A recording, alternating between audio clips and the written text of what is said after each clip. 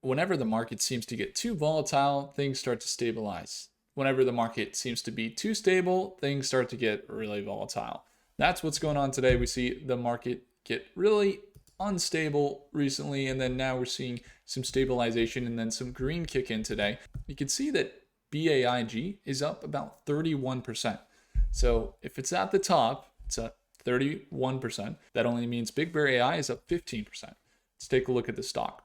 Three things to watch today as we see it really start to take off into after hours, and we were looking for this recent support level to get validated around $5 a share. In our Sunday stock talk yesterday, we were looking for a 21% increase. I didn't expect it to all happen today, or 18% of it happened today, as it made its way back up into that $6.22 range. We're just kind of talking about some of the top stocks to watch this week over in StockMate. And one of the things we were really focused on was BigBear AI's data. You know, they have a lot of data and they've had some news come out. I think it was just today, Johnny, or a couple days ago, Johnny was talking about BigBear AI. I joke, but literally the best analysis a lot of times comes from you guys here on the channel. It's not me, okay? And so you can see BigBear AI, Easy Lease, and Vigilix sign a MOU to advance Pahang Aerospace City development, Southeast Asia's first AI-driven aerospace hub. You can see this deal getting signed here. Now, what's good about that, and why I always love to see insights from our stock mates, is because ultimately you're looking at a company that has struggled to convert some of the infrastructure plays into real revenue. But in the last quarter, that's when things started to change. You see, they were back here today, and at the start of today, where they were around June or after their earnings missed last time in August.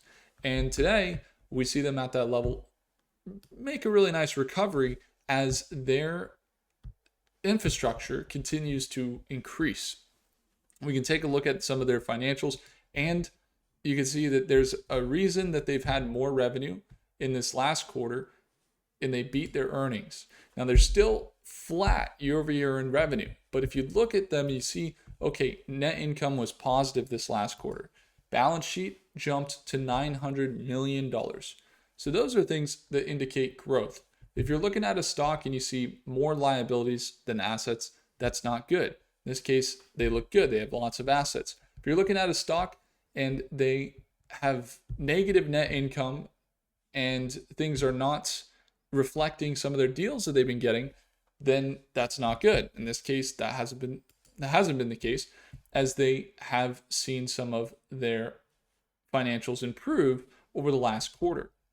So if you take a look at the news, you had that deal come out, and then just after that, they had their stock rebound from that $5 support. They've also deployed at major international airports, including Chicago, including Nashville, and one of the top airports that I saw them in was Denver International Airport, and then also in LAX, which was pretty cool as well. So they've been getting into many airports. You can see that they've had a growing demand for the AI biometrics in Dallas, Denver, JFK, Los Angeles, Montreal, Seattle, all these places deploying their Variscan technology.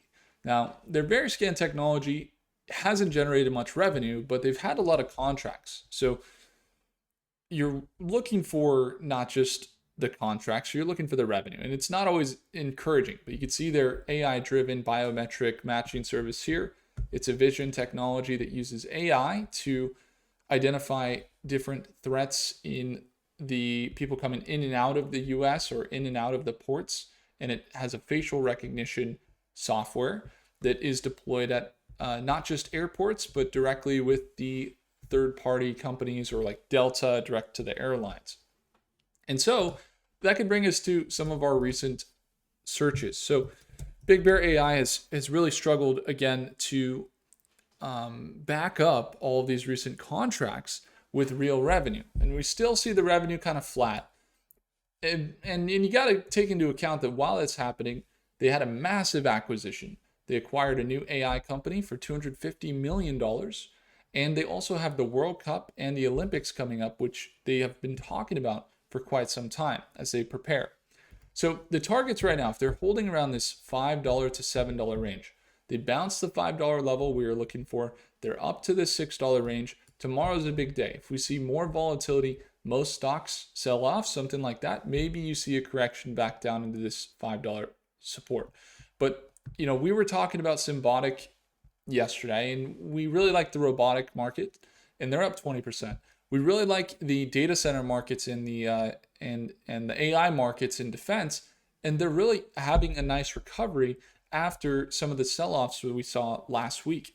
And so it's an important, crucial level that if they can continue to break up above the $6.50 range, then we're looking for a next target. Well, pretty bullish, up to about, let's see, $7.50 is that previous resistance level. I personally hold the stock long term. So I'm looking and I'm holding long term around 280. But in a short term position, we're holding the stock, we're just holding it, right? But in a short term position, we might look for an entry again if they break out above this 625, 630 into tomorrow, because next target bullish is up into $7.20 to $8 a share, which is between about 10% to 35%. Now, here's the deal. They're at a resistance now, and they're in an overall uptrend. Obviously, over the last year, they've gone from $1 a share up to now $6, but you still see them at a resistance. So RSI, MACD looking overbought. You kind of see this level. You see the RSI there. You got that focus on the overbought zone. So maybe they continue to surge, but this is a key level to watch at resistance around 625. That's where they're at right now. So when I first started looking at BigBear, I was really fascinated by the Variscan technology and the deployments at the airports, and actually seeing them in the airports when we go to conferences. We go to Colorado Springs, we'd see them in the Denver International Airport for that space conference, or we went to, where did we recently go? Oh, for a Robinhood thing in LAX, and then that, we got to see them in LAX. And we also flew through Denver for something else, and we saw them again. And so I really like that side. But one thing that I think they have as well that a lot of people aren't talking about is their kind of strong foot in the Panama Canal. And so they have this technology called Arcus. And I don't know that it's, a perfect plan. As always, there could be volatility. We could see the stock, sell down, and maybe this doesn't turn into anything big. It's, I guess, we can't go off speculation, but simply put, they have deployed this technology into the Panama Canal, and they manage ships that come in and out of that harbor or in that port, and they're able to get some new contracts related to these things. And so I think AI detection around the ports is going to be big. And the biggest advantage for a company like BigBear is that they have so much data that they're working with. So that's going to be key.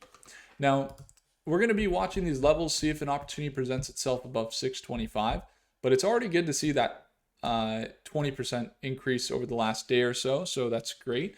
And we'll continue to hold our long-term position as we look for shorter-term trades to potentially present themselves. If you guys do want to tune in to our live trading sessions at Market Open, see our entries, see our exits, it's the second link in the description below. I would love to see you there at Market Open. That's Stockmates, and you get a free t-shirt there, and you get the link each morning for the live sessions as we're there Monday through Friday. I'd say that we're there probably about 95 times out of 100. We have had a little bit of a sickness as we're traveling recently, so that kind of messed things up. But for the most part, I'll be there. It is early in the morning as well, and on the Pacific Coast, 6:30 a.m. But on the East Coast, if you're up at Market Open, you'd love it. It's great. I think you'll enjoy seeing our investors there. We got a lot of great investors that are tuned in every morning at Market Open. And again, it's the second link below. If I earned your thumbs up, hit the like button. Do consider subscribing and let me know your thoughts down below on BigBear. And I'll see you guys in the next one.